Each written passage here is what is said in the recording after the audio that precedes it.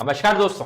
India के जितने close relations Nepal के साथ रहे हैं हिस्टोरिकली, दुनिया में किसी और देश के साथ नहीं है। इंडियंस और नेपालीज बिना पासपोर्ट वीजा के ना सिर्फ बॉर्डर क्रॉस कर सकते हैं बल्कि एक दूसरे की कंट्रीज में काम भी कर सकते हैं, रह भी सकते हैं। लेकिन पिछले कुछ सालों से, पिछले कुछ दिनों से ये रिलेशंस खराब होने लग रहे हैं। अभी रिसेंटली नेपाल के प्रधानमंत्री ने कहा था कि इंडिया रिस्पॉन्सिबल है कोरोना वायरस फैलाने के लिए नेपाल में।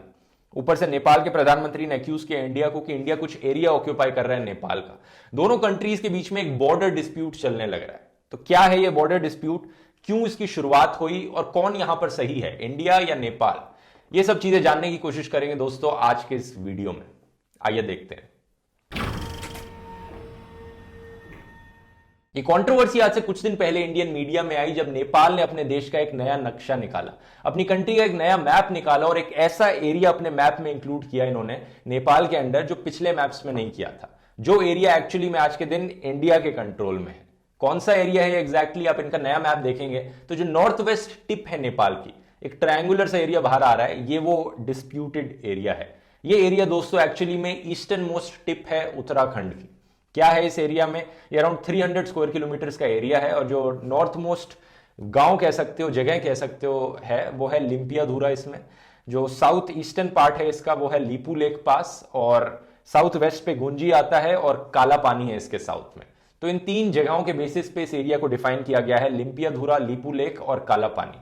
नेपाल का मानना है कि ये एरिया राइटफुली नेपाल को बिलोंग करता है और इंडिया का मानना है कि ऑब्वियसली ये एरिया इंडिया का है। इससे पहले हम इस सवाल पर जाएं कि कौन यहां पर सही है, क्या इस जमीन की हिस्ट्री है, पहले मैं आपको बताना चाहूंगा कि इस कंट्रोवर्सी की शुरुआत एक्चुअली में दो इवेंट से हुई थी जो करीब आज से 6 महीने पहले हुए थे। पहला इवेंट था नवंबर 2019 को कि मोदी सरकार ने एक नया मैप रिलीज किया इंडिया का, जिसमें जो काला पानी का रीजन था वो इंडिया के अंदर माना, जिससे नेपाल की गवर्नमेंट खुश नहीं हुई। और दूसरा इवेंट है 8 मई 2020 का, जब इंडिया के डिफेंस मिनिस्टर ने एक नई रोड इनॉग्रेट करी, करीब 80 किलोमीटर की रोड जो इंडिया नेपाल के बॉर्डर के साथ साथ जाती है और इस डिस्प्यूटेड एरिया से गुजरती हुई लीपू लेक तक पहुंचाती है। इस रोड का पर्पस बताया गया था कि कैलाश मानसरोवर यात्रा में जाने वाले लोगों को मदद मिलेगी, क्योंकि ये जो डिस्प्यूटेड एरिया है इसके ऊपर है तिब्बत, जहां पे कैलाश मानसरोवर है।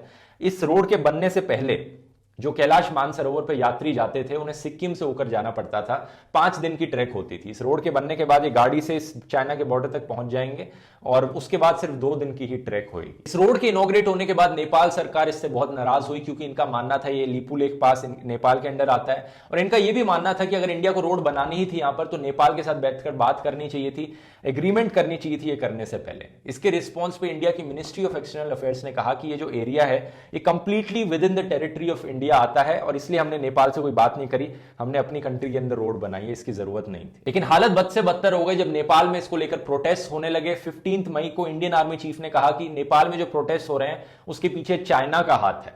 नेपाल में और गुस्सा हो गए इसको लेकर लोग, और फिर नेपाल की सरकार ने अपना ये नया मैप निकाला जिसको लेकर ये पूरा डिस्प्यूट सामने आया। तो सवाल ये उठता है यहां पर कि ये डिस्प्यूटेड रीजन एक्चुअली में डिस्प्यूटेड क्यों है और राइटफुली किस कंट्री को ये बिलोंग करता है। आइए इसकी हिस्ट्री देखते हैं। पहले हमारी कहानी शुरू होती है आज से करीब 200 साल पहले 1800s में, जब इंडिया पर ब्रिटिश राज था। ब्रिटिशर्स ट्राई कर रहे थे नेपाल की तरफ एक्सपैंड करने की, और नेपाल में उस वक्त एक किंगडम था, किंगडम ऑफ गोरखा। ब्रिटिशर्स के बीच में और नेपाल के किंगडम के बीच में लड़ाई हुई, जिसको कहा जाता है एंग्लो नेपालीज वॉर ऑफ 1814।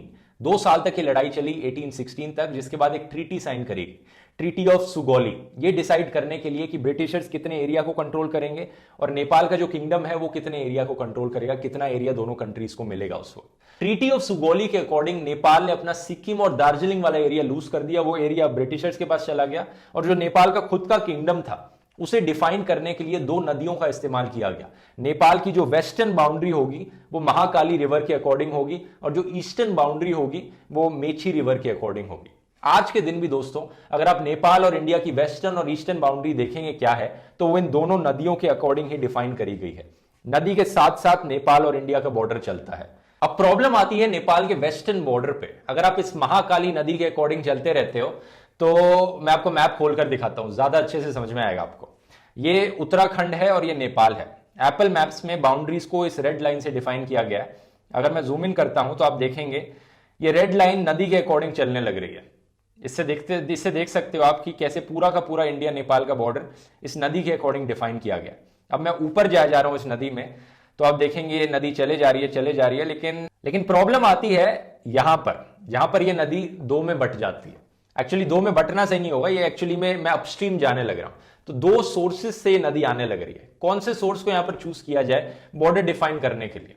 अगर आप जूम इन करके देखेंगे यहां पर, तो इनमें से एक सोर्स क्लियरली प्रॉपर नदी जैसा दिख रहा है और दूसरे वाला पतली सी नदी दिख रहा है। तो सेंस, कॉमन सेंस तो यही कहता है कि मोटे वाले को यहां पर यूज कर लो बॉर्डर डिफाइन करने के लिए, क्योंकि वो वाली प्रॉपर नदी है यहां पर।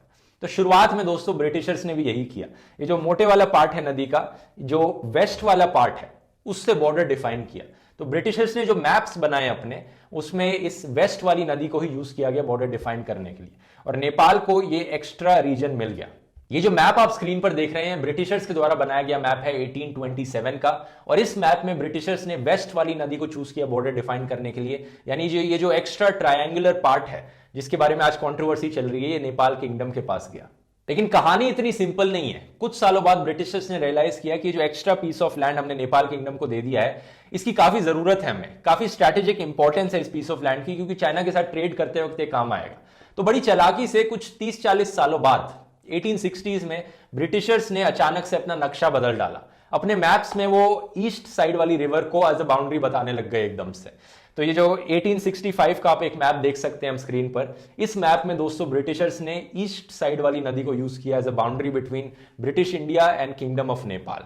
उस वक्त दोस्तों किंगडम ऑफ नेपाल को इस चीज से कोई प्रॉब्लम नहीं हुई, क्योंकि ये छोटा सा लैंड था और नेपाल के पर्सपेक्टिव से ये ज्यादा यूज का नहीं था। इसमें ना के बराबर लोग रहते थे, बहुत डिफिकल्ट टेरेन था और सिर्फ एक रास्ता गुजरता था इससे, जो पिलग्रिमेज रूट था कैलाश मानसरोवर तक जाने के लिए। तो नेपाल ने सोचा जाने दो, कुछ फर्क नहीं पड़ रहा हमें, ब्रिटिशर्स कंट्रोल कर सकते हैं इसे।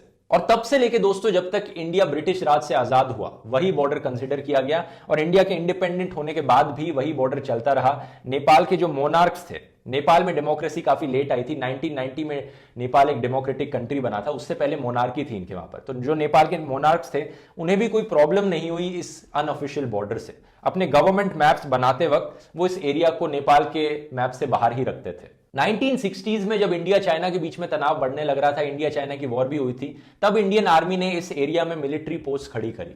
परमिशन ली थी मोनार्की से उस वक्त, और तब नेपाल की मोनार्की को फिर से कोई प्रॉब्लम नहीं हुई इससे। इंडिया की प्रोटेक्शन के लिए उन्होंने परमिशन दे दी, और तब से लेके आज तक दोस्तों इस एरिया में इंडियन आर्मी की प्रेजेंस है, इंडिया की मिलिट्री पोस्ट लगी हुई है। 1962 के बाद से इंडिया और नेपाल दोनों कंट्रीज अपने मैप्स में लिपू लेक और कालापानी रीजन्स को दिखाती आई हैं, लेकिन ये पहली बार है कि नेपाल ने ये लिम्पियाधुरा वाला रीजन अपने मैप में दिखाया हो। ये जो बॉर्डर डिस्प्यूट का इशू है, ये पहली बार 1990s के बाद खड़ा हुआ जब नेपाल में डेमोक्रेसी आई और जो डेमोक्रेटिक गवर्नमेंट थी वो फाइनली एक्सेस कर पाई पुराने हिस्टोरिकल पेपर्स को, ये देखकर कि जो हमारी मोनार्की थी ये किस तरह से बॉर्डर्स डिफाइन करती थी। और इन्होंने फिर रियलाइज किया कि ये जो एरिया है नहीं, ये नेपाल को बिलोंग करना चाहिए, और तब से लेकर ये इसे डिस्प्यूटेड एरिया की तरह डिफाइन करते आए हैं। जुलाई 2000 में इंडिया के former prime minister Atal Bihari Vajpayee ji ने और उस वक्त के नेपाल के प्राइम मिनिस्टर ने इस इशू को लेकर बातचीत करी। बॉर्डर डिस्प्यूट को सॉल्व करने के लिए इन्होंने साथ में मिलकर फील्ड सर्वेस कंडक्ट कराए कि एग्जैक्टली काला पानी के रीजन में कहां पर ये बाउंड्री होनी चाहिए।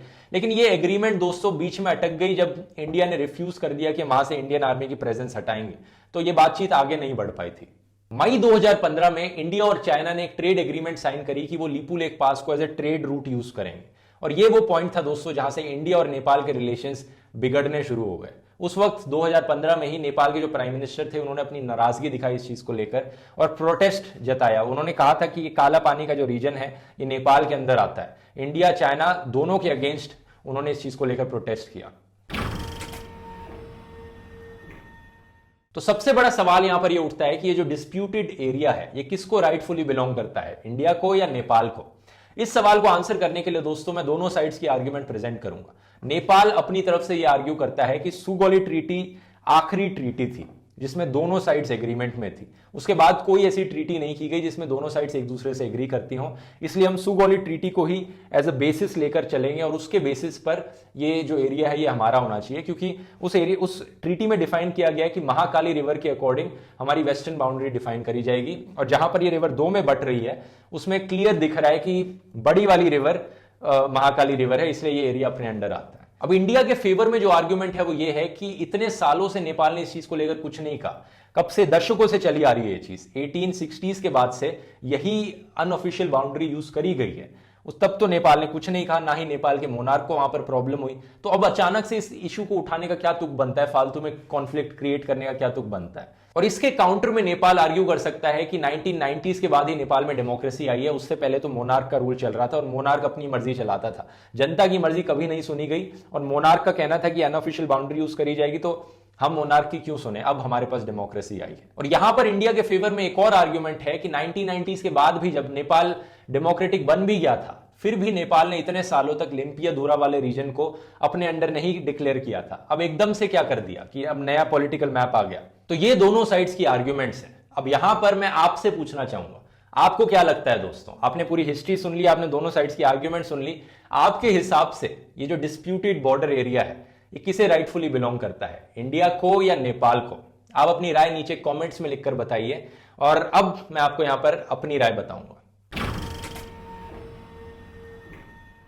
मेरी राय में दोस्तों, अगर हम इस सिचुएशन को ज्योग्राफिकली देखें तो यहां पर नेपाल सही है। अगर हम सुगौली ट्रीटी के अकॉर्डिंग जाएं, जो कहती है कि महाकाली रिवर के अकॉर्डिंग ही हमें नेपाल की वेस्टर्न बाउंड्री डिफाइन करनी है, तो ये बड़ा क्लियर है, जब नदी दो में बढ़ती है, वेस्ट वाली नदी ही बड़ी नदी है, उसी को ही एज अ बाउंड्री यूज किया जाना चाहिए, और इस लॉजिक से नेपाल सही है। लेकिन अगर आप इन सिचुएशन को प्रैक्टिकली और हिस्टोरिकली देखें तो मेरी राय में इंडिया सही है। ये रीजन इंडिया को बिलोंग करना चाहिए, क्योंकि 1860s के बाद से ब्रिटिशर्स भी इसी को बाउंड्री की तरह यूज करते आए हैं। और अगर नेपाल के राजा महाराजाओं को इससे कोई प्रॉब्लम नहीं हुई, इतने सालों बाद तक यही अनऑफिशियल बॉर्डर चलता रहा, तो एकदम से नेपाल बोले कि नहीं हमें वही पुराने वाला बॉर्डर चाहिए, आज से 100 साल पुराने वाला, तो ये सेंस नहीं बनाता कुछ। अगर हर कंट्री ऐसा ही करने लग गई तो बात नहीं बनेगी। जरा सोचकर देखिए, अगर जर्मनी फ्रांस के बीच में ऐसी सिचुएशन है, यहां पर जर्मनी बोले कि ये फ्रांस के अंदर ये वाला रीजन हमें चाहिए क्योंकि हमारे पुराने किंगडम्स के टाइम पे ये रीजन हमारे अंडर हुआ करता था, हालांकि पिछले 100 सालों से ऐसा नहीं हुआ है, लेकिन अब हमें चाहिए वो पुराने टाइम के लिए। ऐसे बात नहीं बनेगी। ऐसी कितनी कंट्रीज होंगी, कितने बॉर्डर्स होंगे दुनिया भर में ऐसे, जहां पर पहले कुछ वॉर हुआ करता था, अब कुछ नया सेट हो गया यहां पर। और तीसरा, अगर लॉजिकली सोचे तो ये कंट्रोवर्सी होनी नहीं चाहिए। इंडिया और नेपाल के बीच में जो बॉर्डर है वो तो वैसे भी नाम का है, इंडियंस नेपाली वैसे भी बॉर्डर क्रॉस कर सकते हैं, बिना पासपोर्ट वीजा के रह सकते हैं, काम कर सकते हैं वहां पर। तो ये जो डिस्प्यूटेड एरिया है, इसमें क्या स्पेशल होगा? नेपाली इंडियंस आज भी वहां पर रह सकते हैं, काम कर सकते हैं, जिन्हें रहना है। जो सड़क बनाई गई है उसे दोनों नेपाली इंडियंस यूज कर सकते हैं। तो बात कंट्रोवर्सी है किस चीज की? बस अपने पॉलिटिकल मैप पे इसे रिप्रेजेंट करना। एक चीज जरूर मैं मानता हूं यहां पर कि इंडियन गवर्नमेंट को और फ्रेंडली होना चाहिए था नेपाल की सरकार के साथ। यानी कि रोड बनाने से पहले नेपाल के साथ बात करी जा सकती थी कि हम यहां पर रोड बनाने जा रहे हैं, इससे दोनों कंट्रीज का फायदा होगा। हमारे कैलाश मानसरोवर वाले यात्रियों के लिए रोड बनाई जा रही है और हमारे लिए स्ट्रैटेजिक इंपॉर्टेंस भी है इस जगह का, तो साथ में मिलकर एग्रीमेंट हो जाती। लेकिन आज के दिन क्या होने लग रहा है, सोशल मीडिया पे इंडियंस नेपालियों का मजाक उड़ा रहे हैं, गालियां दे रहे हैं, नेपाली लोग इंडियंस के खिलाफ हेट कमेंट्स डाल रहे हैं। कुछ इंडियन पॉलिटिशियंस हैं जो कह रहे हैं कि नेपाली, ये सारे नेपाली चाइना को बिक चुके हैं। कुछ नेपाल के प्रधानमंत्री कहने लग रहे हैं कि देखो इंडिया का जो वायरस है वो कोरोना वायरस से भी खतरनाक है।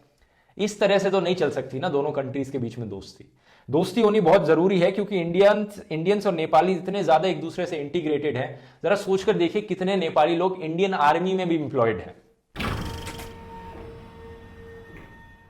ये चाइना वाली चीज पर भी मैं एक बार बात करना चाहूंगा कि कुछ इंडियंस कहने लग रहे हैं कि चाइनीज ने नेपालियों को खरीद लिया है, क्योंकि नेपाल में इस वक्त जो रूलिंग पार्टी है वो कम्युनिस्ट पार्टी है।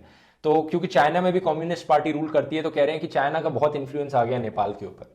अब बाकी और इश्यूज में कुछ हद तक ये सही हो सकता है, लेकिन इस स्पेसिफिक इशू की अगर हम बात करें, जो बॉर्डर डिस्प्यूट चलने लग रहा है, मेरा मानना है कि इसमें चाइना का कोई लेना देना नहीं है। और इसके पीछे रीजंस क्या हैं, मैं आपको रीजंस बताता हूं। पहला रीजन तो यह है कि 2015 में जब इंडिया चाइना की ट्रेड एग्रीमेंट हुई थी लिपू लेक रीजन को लेकर, तो नेपाल ने दोनों कंट्रीज के खिलाफ प्रोटेस्ट किया था, और इंडिया और चाइना दोनों एक दूसरे से रिलेशंस बना रहे थे, जबकि नेपाल दोनों के अगेंस्ट था वहां पर। और दूसरा रीजन यह है कि नेपाल में जो ऑपोजिशन पार्टी है उसकी भी सेम राय है इस इशू को लेकर जो उनकी रूलिंग पार्टी की है। वहां की सारी पार्टीज ऑलमोस्ट इस इशू पर यूनाइटेड हैं कि हम इस एरिया को अपना मानते हैं। तो ये कहना कि फिर चाइना का इन्फ्लुएंस है एक पार्टी को लेकर, सेंस नहीं बनाता, लॉजिक नहीं बनता यहां पर। एंड में मैं यही कहना चाहूंगा कि मैं उम्मीद करता हूं दोनों कंट्रीज बातचीत से इस पूरे मसले को सुलझा सकें। ये बहुत जरूरी है, क्योंकि नेपालीज और इंडियंस के बीच में जो कनेक्शन है और जो रिलेशन है वो बहुत स्ट्रांग है, बहुत डीप है। कितने सारे नेपाली लोग इंडिया में काम करते हैं, इंडियन गवर्नमेंट के अंदर काम करते हैं, आर्मी के अंदर काम करते हैं। और इस इशू के सोल्यूशन को ढूंढते वक्त दोनों साइड्स को यहां पर सेंसिटिव रहना पड़ेगा, एक दूसरे की बात समझनी पड़ेगी, एक दूसरे के पर्सपेक्टिव समझने पड़ेंगे ताकि सोल्यूशन निकल पाए यहां पर।